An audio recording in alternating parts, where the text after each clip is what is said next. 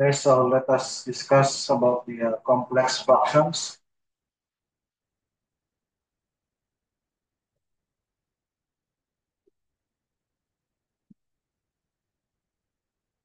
Okay, so what is complex fractions? Ano ba ibig sabihin ng complex fractions? Kailan natin masasabi that an expression is considered a complex fraction. So pag sinabi natin complex fraction, that is also a fraction. That is a fraction wherein the numerator and the numerator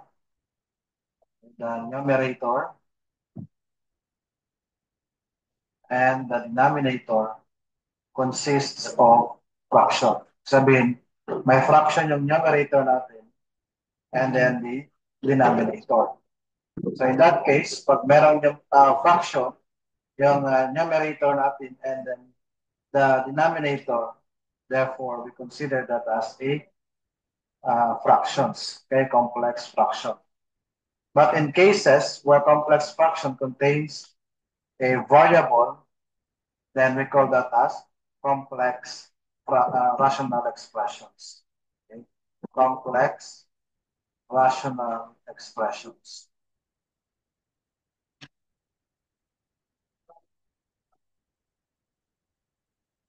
Okay.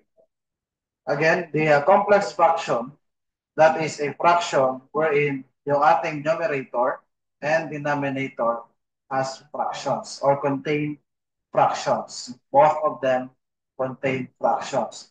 But if the fractions contain variable, so meron siyang variable, yung ating numerator and denominator, then we call that as complex rational expressions. Okay, say for instance, meron tayong x plus 1 over x minus 1, then x minus 1 over x plus 1 plus x plus 1 over x minus 1. Okay, what is our numerator? What is our numerator? X plus 1. Okay, in this fraction, our numerator is 1. Our denominator is 1. Okay. So ito yung fraction na nagdi-divide sa numerator and denominator. Itong malaking bar na ito. But our numerator is considered also a fraction. Okay? So since this is our numerator at meron siyang fraction, then our denominator is also a fraction, then we call that as complex fraction. Okay? Is that clear? Naintindihan ba?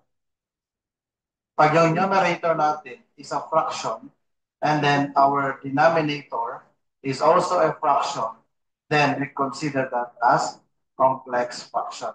Tama ba? Okay. But in the case, our numerator and denominator as a fraction contains variable, then we consider that also a complex rational expressions. Take note that complex rational expressions must have a variable. But in the case of this example, what is our variable? Ano yung variable natin? So we have this variable x. So is our variable.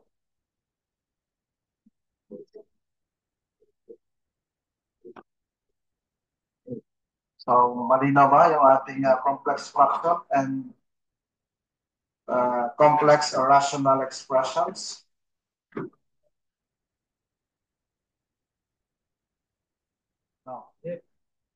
There are ways to simplify a complex fraction. Okay? Simplifying a complex fraction.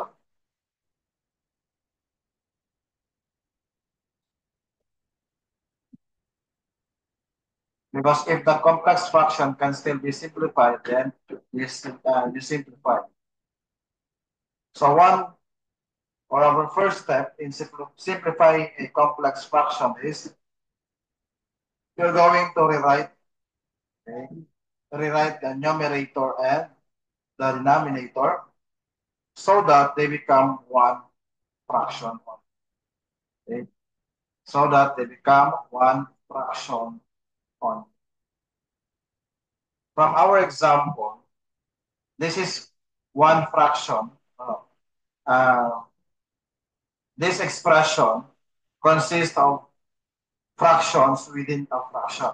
This is a fraction, but within that fraction, meron pa tayong another fractions in the numerator and denominator. But our first step is we're going to rewrite the numerator and denominator as one fraction only. Okay, so that is our first procedure. The second one is you divide the numerator and the denominator. Okay? You divide the numerator and the denominator by multiplying the numerator reciprocal of the denominator. Okay? You're going to divide the numerator and denominator by multiplying the numerator by the reciprocal of denominator. So what is the reciprocal of the denominator? Okay? So multiply natin yung numerator sa reciprocal ng denominator. Okay? So i-reciprocate natin yung denominator natin. The third one is you simplify now rational expression. Simplify the rational expression. So tatlo lang po yung ating procedure.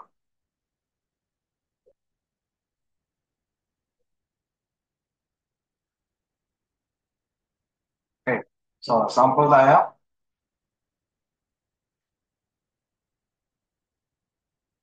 So you simplify this rational expression x plus 1 over x minus 1, then all over x minus 1 over x plus 1, then plus x plus 1 you divide by x minus 1. This is also a fraction. This is also a fraction. But the whole one is the denominator. This is also a fraction, but considered as numerator. So you simplify this expression into one single fraction. Okay? One single fraction. This is our first procedure. We rewrite the numerator and denominator into one fraction only.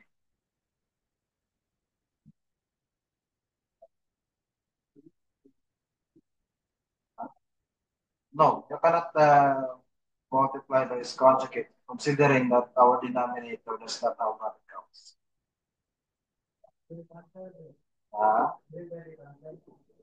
Ano yung kansalahan? Kaya bukas ka ng numerator. X plus 1 dito. X minus 1, x plus 1. Magkaiba rin ang denominator. X plus 1, x minus 1.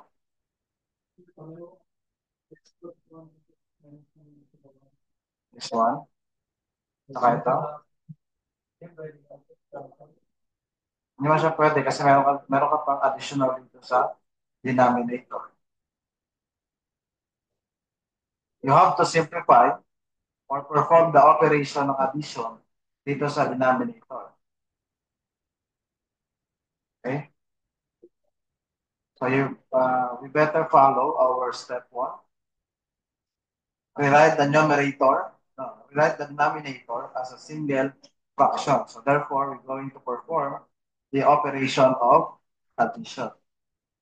So since x minus 1 over x plus 1 plus x plus 1 over x minus 1, can we add the two terms? or not? Pwede ba nating i-add yan? Pwede bang i-add? X plus 1 over x minus 1.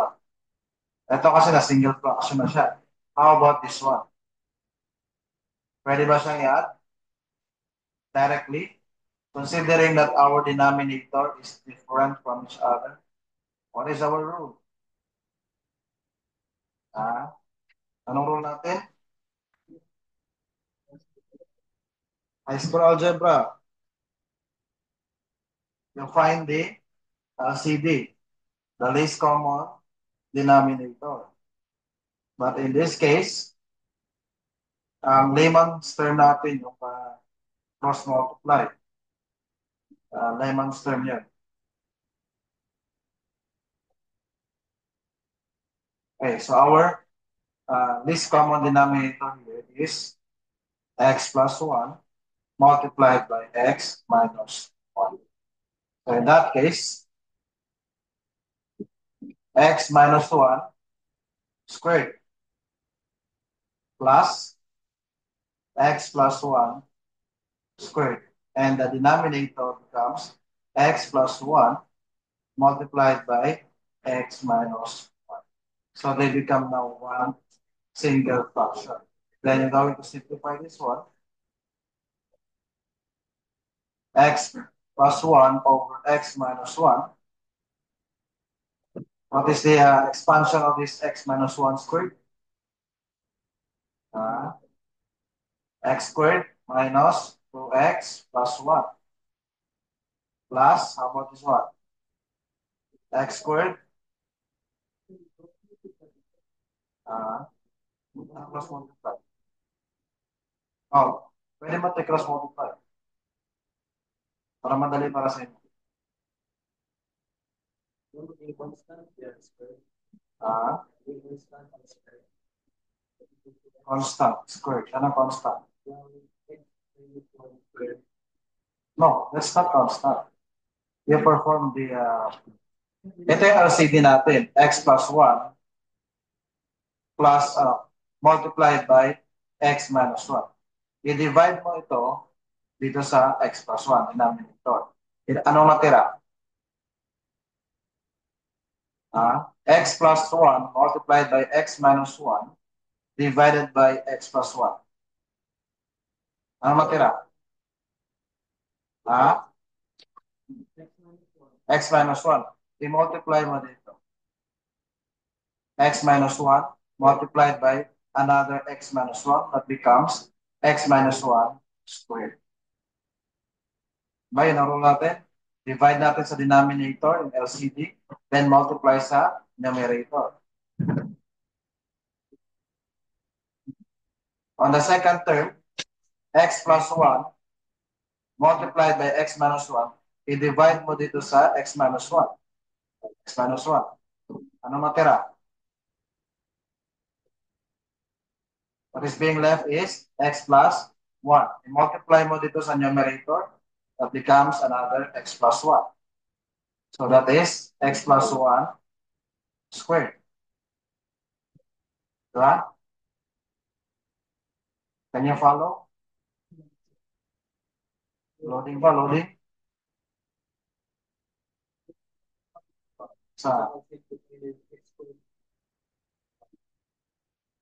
Simplify. Dito yun, Oh, that's our rule. Diba? A minus B squared is equal to A squared minus 2AB plus B squared. That is positive. A plus B squared, that is A squared plus 2AB plus B squared.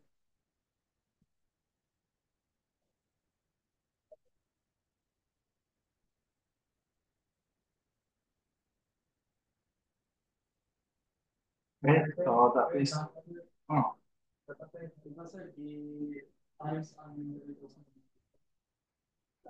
multiply ang numerator sa numerator.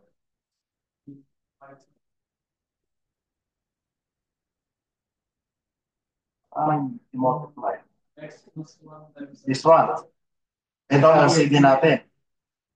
I-divide mo sa denominator, saka mo siya i-multiply sa numerator.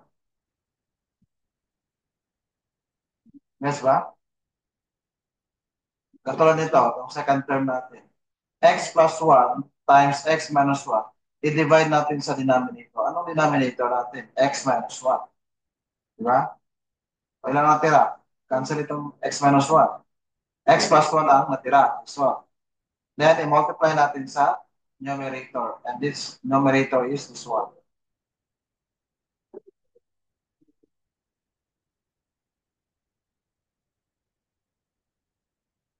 Nag-gets ba? Ah, ito nga, sample natin. Di pa tayo tapos. Nasa kwan pa lang tayo sa denominator pa lang.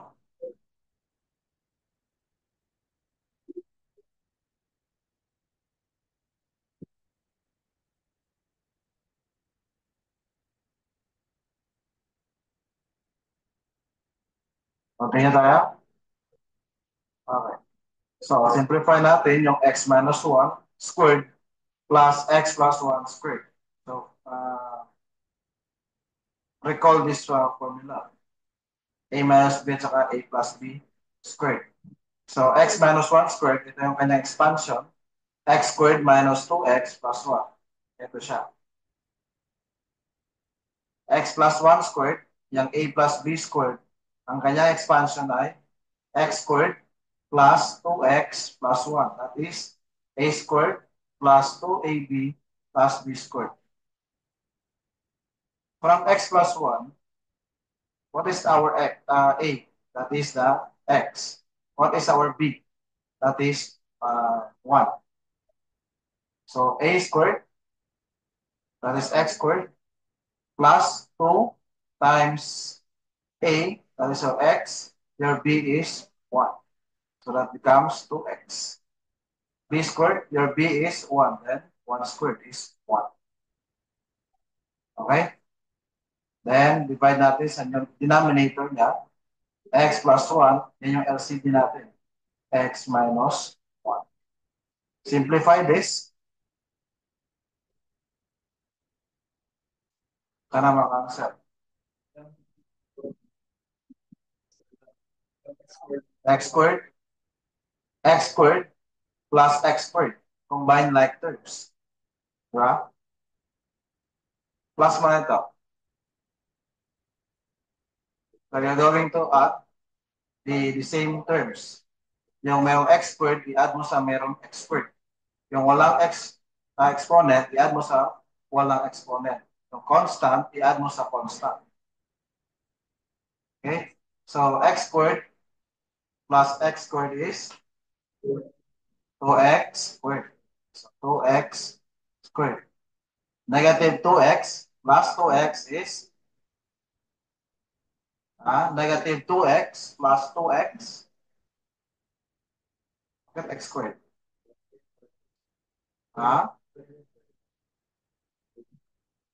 Negative 2x plus 2x. That is 0. Negative 2 plus positive 2. Diba 0? Same as negative 2x plus 2x is 0. Then 1 plus 1. Okay, that's so that is 2x squared plus 2. Okay. So equal sign x plus 1 over x minus 1. You divide by 2x squared plus 2. Then, ang kanyang denominator is x plus 1 multiplied by x minus 1.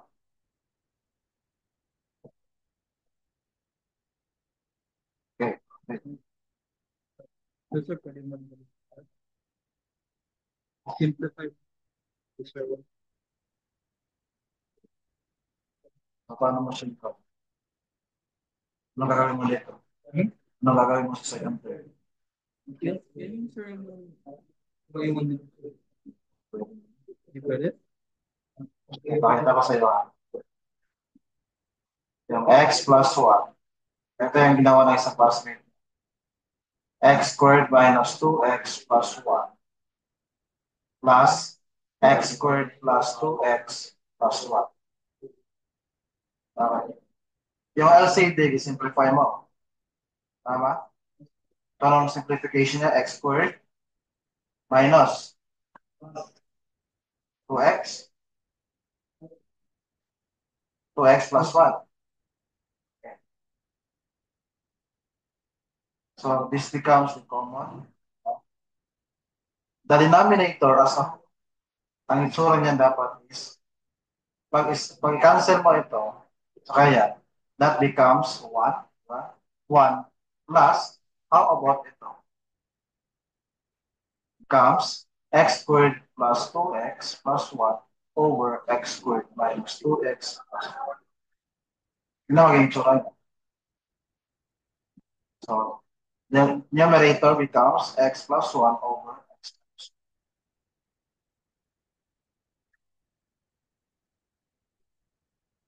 So, mas magiging komplikado.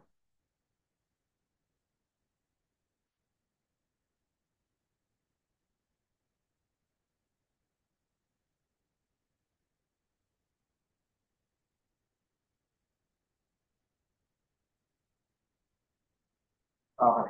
So, kasi tayo, 2x squared plus 2 over x minus 1 times x plus 1.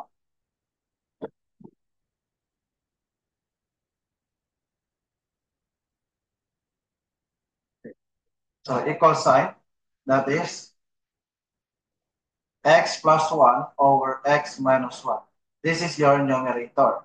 Ang second na pa natin na method, divide numerator and denominator by multiplying the numerator by the reciprocal of the denominator. Okay. So numerator is our numerator. That is x plus 1 over x minus 1 multiplied by the reciprocal of the denominator. So this is our denominator. I-multiply natin sa kanyang reciprocal. And this becomes x minus 1 times x plus 1 divided by 2x squared plus 2. Ay makancel wala.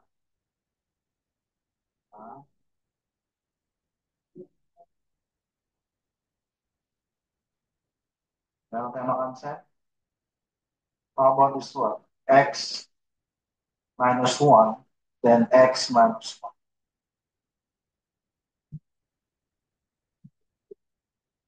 Ha? Ang kaya na lang is x plus 1 times x plus 1. Ha?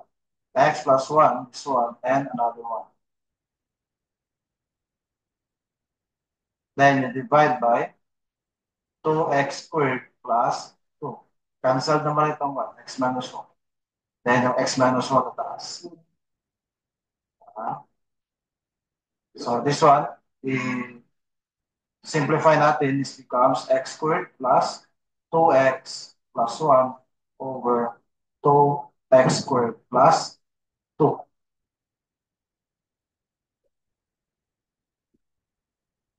Okay, so can we still simplify this? Ito ba ma-simplify?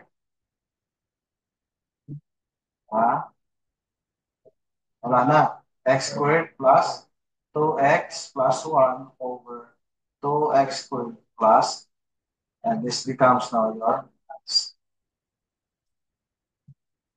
Hindi naman siya pwede ma-simplify. No more simplifications.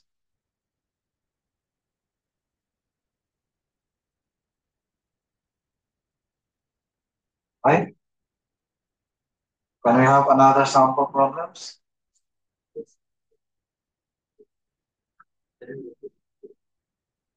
Post ko lang. Okay. Sample problem number 9 minus 1 over x squared. Then you divide by 9 plus 6 over x plus 1 over x squared. Oh, mas komplikado.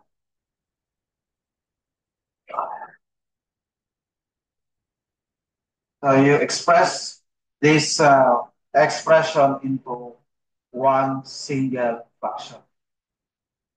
One single fraction. Just like yung sample problem natin. This one is a single fraction naman siya. Single fraction. Ito yung kanyang numerator and this one is the denominator. So that makes it as single fraction. Okay. So the same expression, 9 minus 1 over x squared, and given yung kanyang denominator, you express that into one single fraction. Gagawin natin single fraction. So how are we going to do that? First, yung ating numerator. Gawin natin siyang single fraction yung numerator. 9, ang kanyang denominator is 1. Diba? Then minus 1 over x squared. Question now is, what is the LCD, the least common denominator for this numerator? Hindi man natin ito pwedeng i-subtract diretso. Kasi ang kailang denominator is magkaiba. Pag pareho yung kailang denominator, then that's good. But in this case, the denominator is different. 9, ang kanyang denominator is 1. Yung 1 natin dito is denominator niya is x squared. So if the denominator is different, then you find the common denominator, the least common denominator.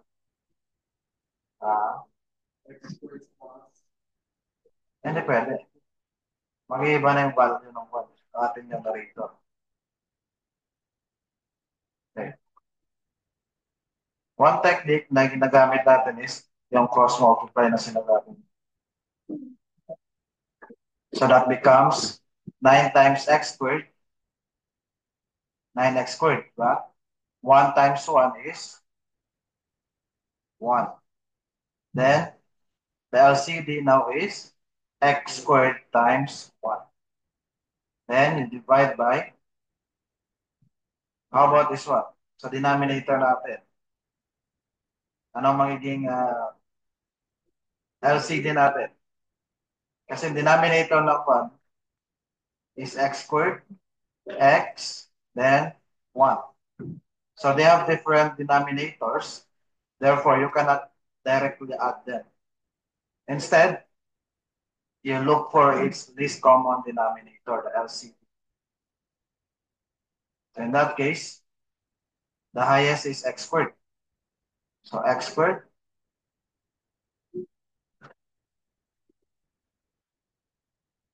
So x squared divided by 1, ilan? X squared divided by 1 is x squared divided by 1 is ilan?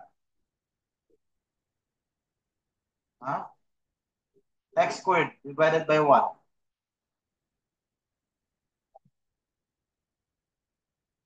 X squared. Multiply mo sa numerator. That is your 9. Ilan? 9x squared. So that becomes 9x squared. Plus x squared divided by x. Divided by x. Ilan? Then multiplied by 6. 6x. Last term. X squared divided by x squared is ilan?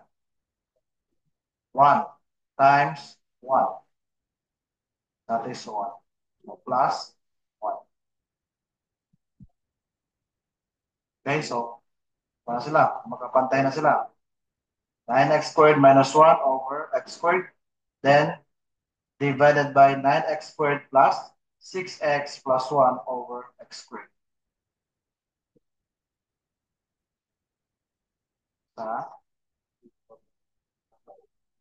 6 over x.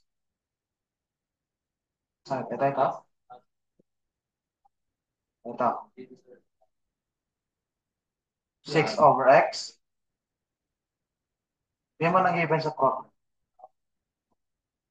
6 over x plus 1 over x squared plus 9.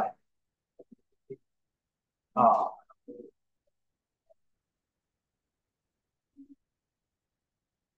okay? So, equal sign. That becomes 9x squared minus 1 over x squared. Then you divide by 9x squared plus 6x plus 1 over x squared. So, ganyan. 9x squared minus 1 over x squared. You divide by 9x squared plus 6x plus 1 over x squared. Tama? Okay. Proceed tayo sa second procedure. You divide the numerator by the denominator by multiplying the numerator by the reciprocal of the denominator. So what is our numerator? It's 1. So 9x squared minus 1 over x squared. Multiply sa reciprocal ng ating denominator. Ano ang reciprocal nito? So x squared over 9x squared plus 6x plus 1. Na mag-cancel, wala. So, cancel ito. Cancel. Diba? So, matira natin ngayon is 9x squared minus 1 over 9x squared plus 6x plus 1. Okay? Question. Can we still factor this numerator and denominator? Pwede ba siya mag-factor? Itong 9x squared minus 1. Anong factor niyan?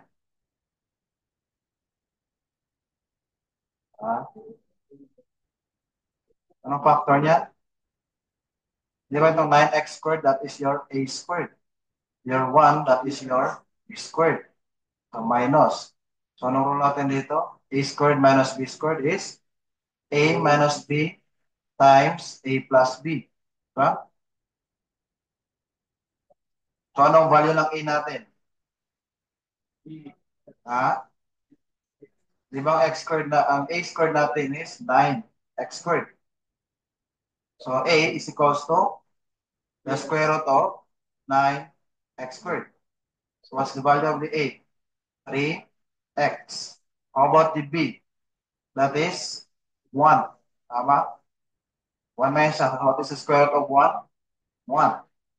So substitute natin, what is the value of a? That is 3x minus 1 multiplied by a plus b, 3x plus 1. So therefore, ang factor ng 9x squared minus 1 is 3x minus 1 times 3x plus 1. How about yung denominator? Ah,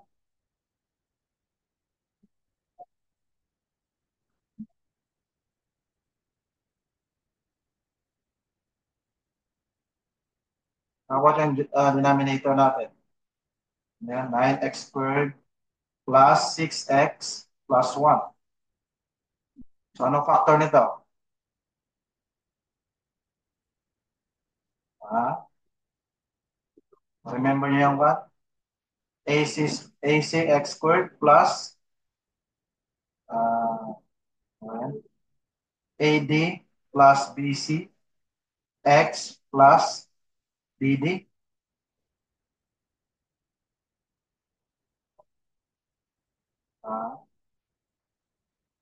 So what is our AC? That is the 9.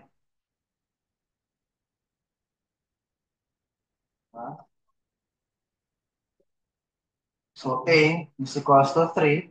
Then C is equals to 3. What is our BD? That is 1. So B is equals to 1. D is equals to 1. That's our trinomial. What's the factor of this one? Formula na ito. That is A.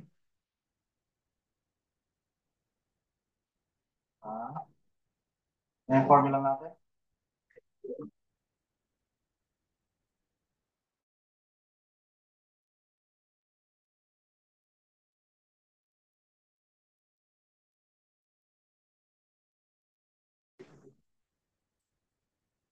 Okay, so continue tayo.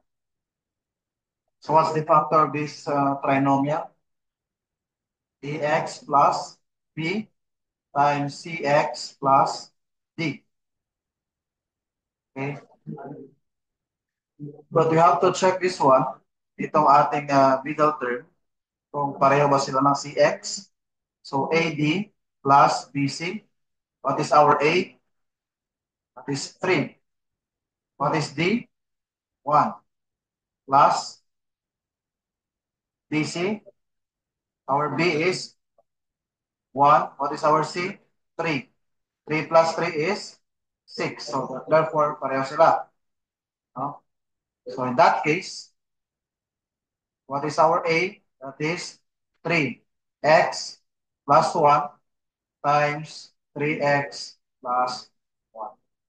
So the factor is 3x plus 1 times 3x plus 1.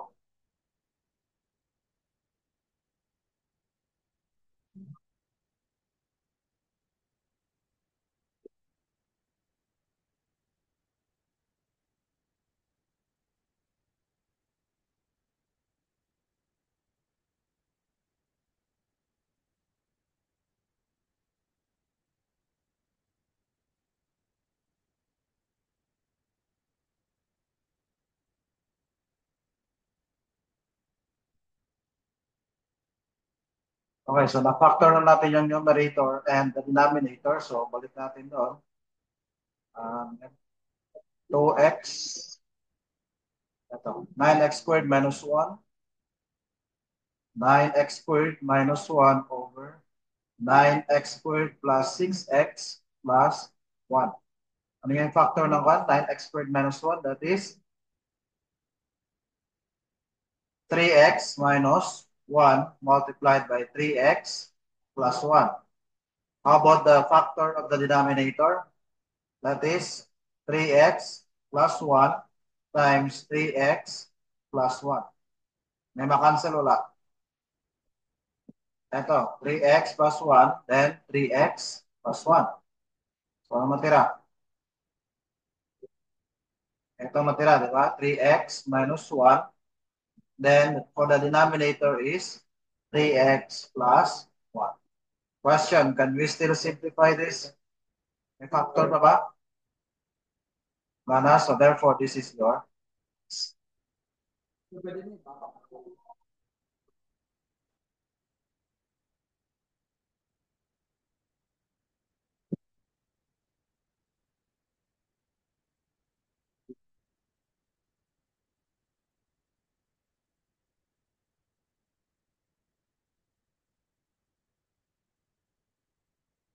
Okay, next. Sample problem.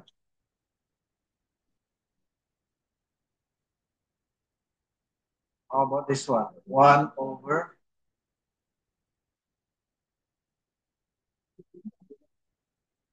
1 minus 1 over 1 plus x. 1 over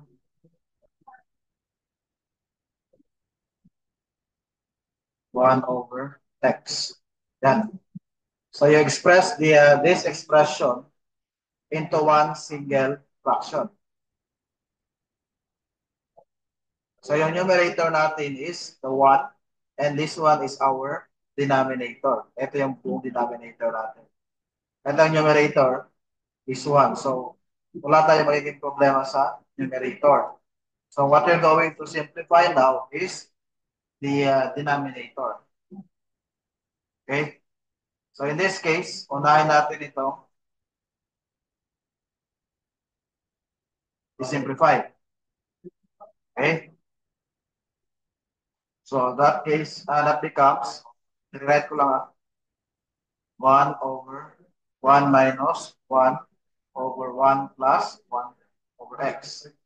Okay, so i-simplify natin itong 1. Ito naka-red.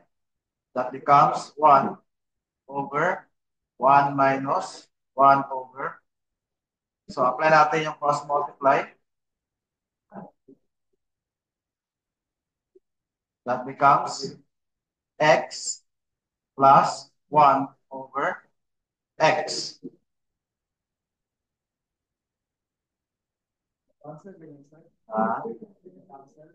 Walang cancel. Then, next is this one. Simplify natin. So, equal sign, 1 over 1 minus. So, paano natin simplify ito?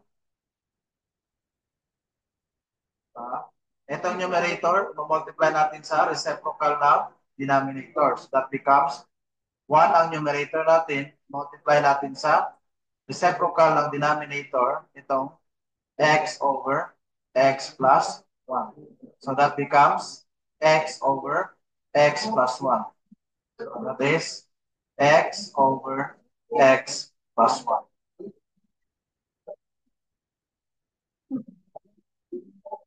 Then, next time, simplify natin is 1.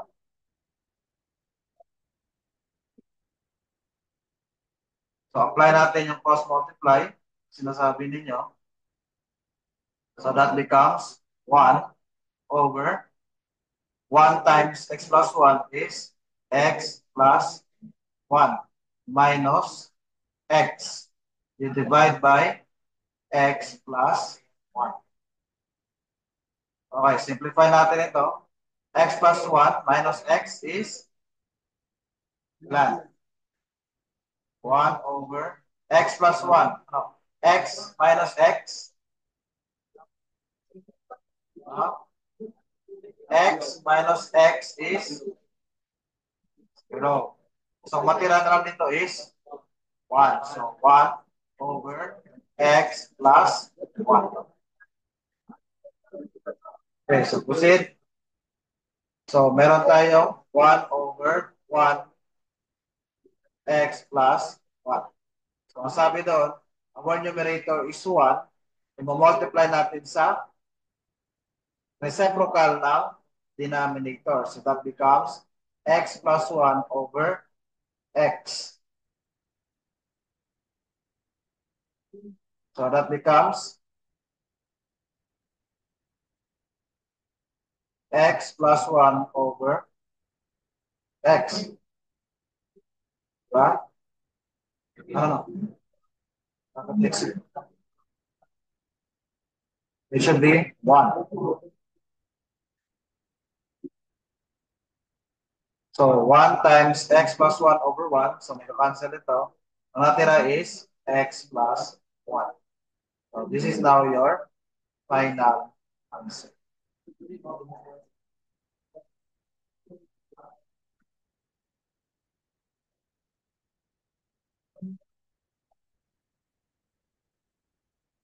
O, yung iba, nakasunod? Saan naiwan?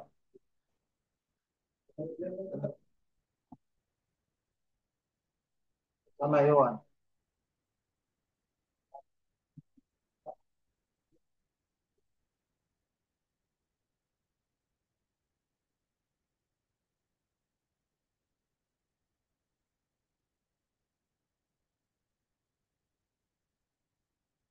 Saan naiwan? Hindi yung X plus 1. Sarang mag-negative.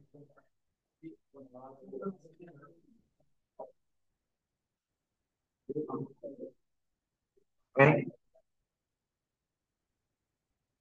Okay, sit work.